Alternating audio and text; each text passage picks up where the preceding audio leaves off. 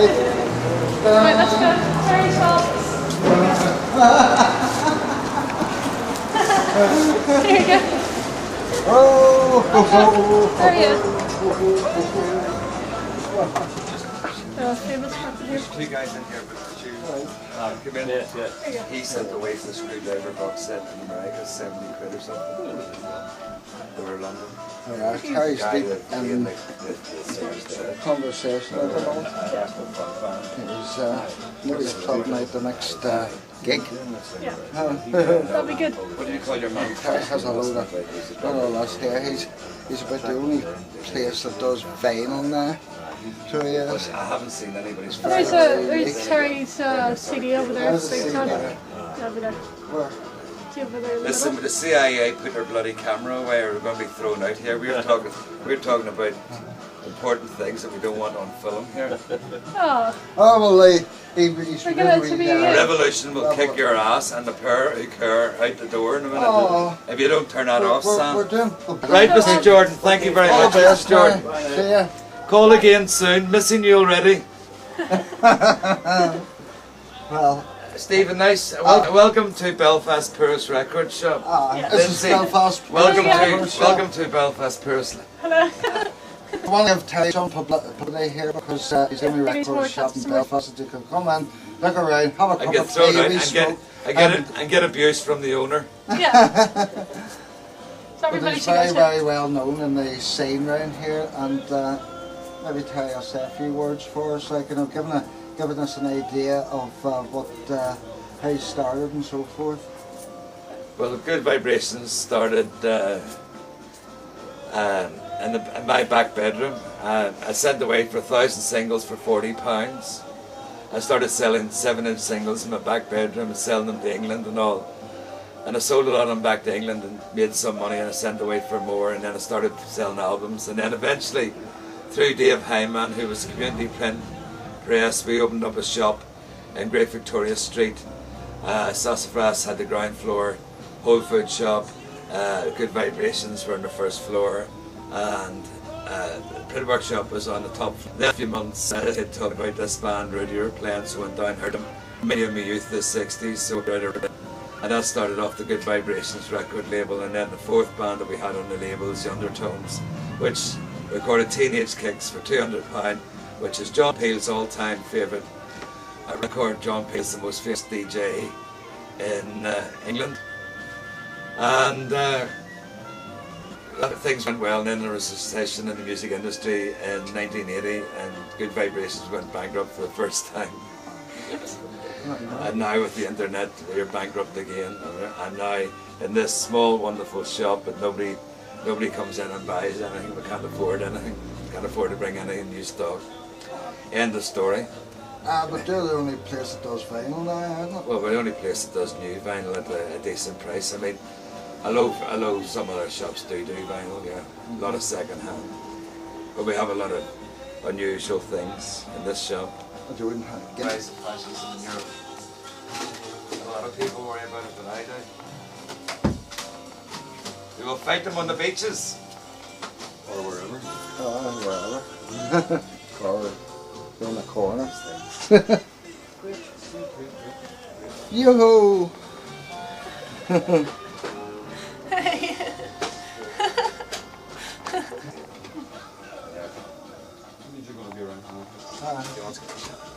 You weren't at the Empire Monday night. You thought I said something? No. The stairs now at all? There's nothing up the stairs. So there's just a few, but they're just lesbian ones. Do you want me to go up and explain what happened? Hi, well, go upstairs. He wants, if you could read that out. So there's, he wants that read out there.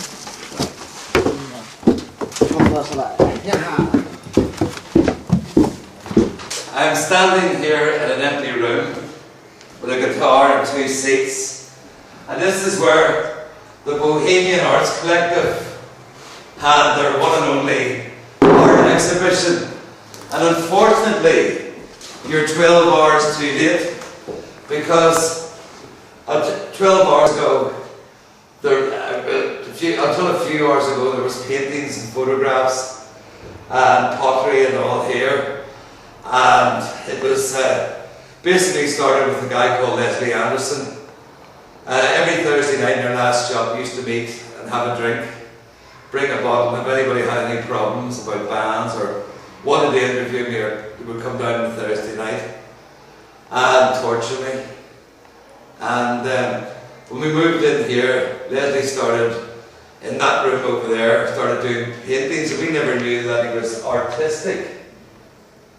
So it was decided that we would have an exhibition, and it was in the Cathedral Quarters Festival, and we had a couple of hundred mad lunatics in and out the night of the opening here, and there was a girl called Sinead O'Donnell who did a performance here, and which was fairly interesting, and it was a really good night, and Leslie of all people sold 6 paintings. So it's just unfortunate you're a few hours late. But I'm sure we'll have, if we're still here soon, we'll have another exhibition. Or else I'm going to turn it into a lap dancing club. Oh. If you're interested, Lindsay. Lap dancing. Nothing around the place. But But I quite like this room. I feel it someday that I'll record in this room. I shall record a few tracks up here. It's good, nice. What? Well, I'm not interested. You know, it's just that I might use it for a wee practice room and record my album here. So you're going to put out a new one then? If I ever get it together. What about big time? I shall torture the world with another recording. What about the videos that they produced? Well, there's a documentary called Big Time, which is about the story of my life. And although it's very short, in fact, I've just come back from the pub and talked to somebody who would like to get all the footage and make it into a full-length feature film, because they cut it down to half an hour for TV, and it's just about my life story and about but it's very, very much about the punk days, not so much more about when I was a radical hippie and beatnik and peacenik in the 60s, and was the chairman of the Belfast Council for Peace in Vietnam, and chairman of the Northern Ireland Youth Campaign for Peace during the disarmament. In fact, I think I was the first person to be arrested under the new civil disobedience laws in Northern Ireland, and I was taken to court and fined, which I actually went to the wrong court, and by the time I was fined, somebody had paid my fine where I was prepared to go to jail. And I remember my speech off by heart. I believe in the fight for the abolishment of nuclear weapons and the preservation of humanity for women and children in Vietnam, etc., etc. And because I had the speech learned off by heart. And it's about how I didn't like the way the British government were supporting the American government in the war of aggression on the poor Vietnamese people, which was a completely illegal war.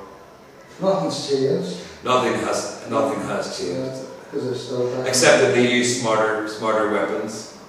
Like they killed 150 in the last, not the more recent war in Iraq, but in the Gulf War, they killed 150,000 Iraqis and 79 Americans were killed. So they just massacred them.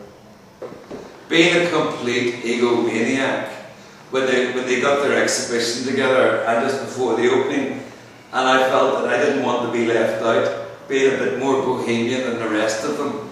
And I put up this on the wall and told my friends to tell every girl that came in it was for them. And I shall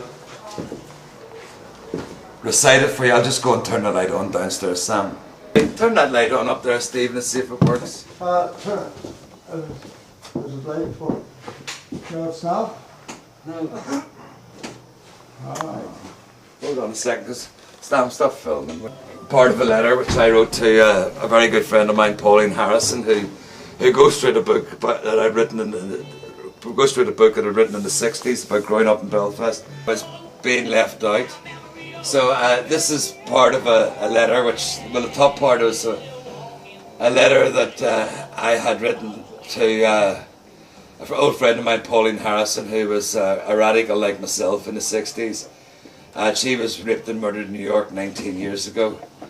The second part was, it was just a sort of, for every girl that came in here that night, they would be told that this was for them. I was standing here thinking about your wants, your wishes, your needs, your loves, your hates, your fears, your dreams, your desires, your hopes, your id, your ego, your superego. Do you ever think of me and mine? Do you know just how I feel, with your face like an angel and your heart of steel? And I was going to do a lot more, but I never finished it. And I was going to do things like, it was a sad story you told me last night.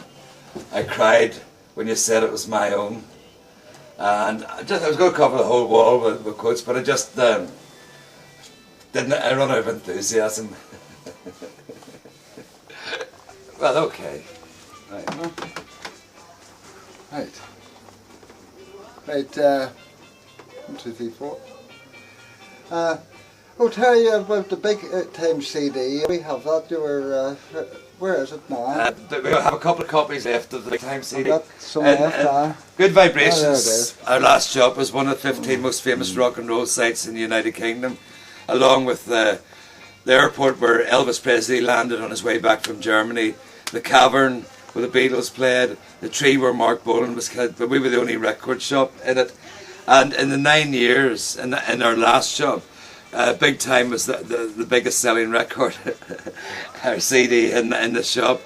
And Big Time was the first record that I ever put out by Rudy. There's a guy called William Maxwell who owns Immortal Records, and he was doing an interview with Stuart Bailey, who's deputy editor of the New Musical Express. And at that time Verve were breaking up, and he said to William Maxwell, you know, who would you have loved to have on your label? But somebody like the Verve or Oasis. And he said, you know who I'd love to have on my label? It would be, it's not a band, I'd love Terri Hooley to do a version of Big Time, the Rudy classic. Hooley's got 2 contracts. So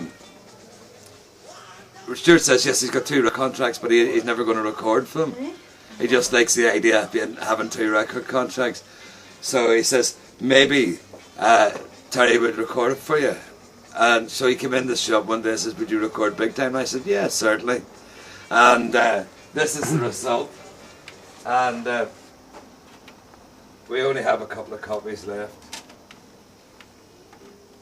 which the record company kept for the launch of the documentary.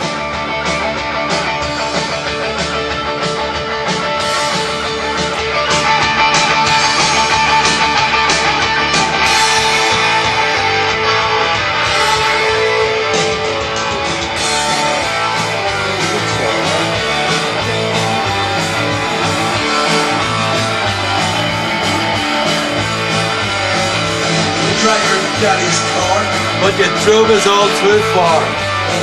but you drove us all too far. And you got so many friends, but I'll see you in the end.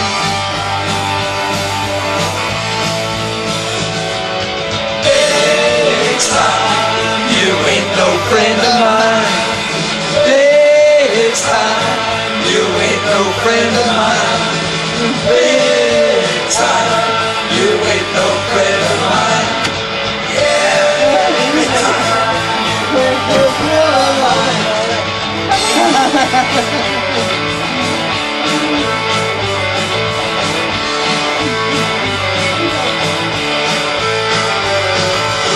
You've always got some money,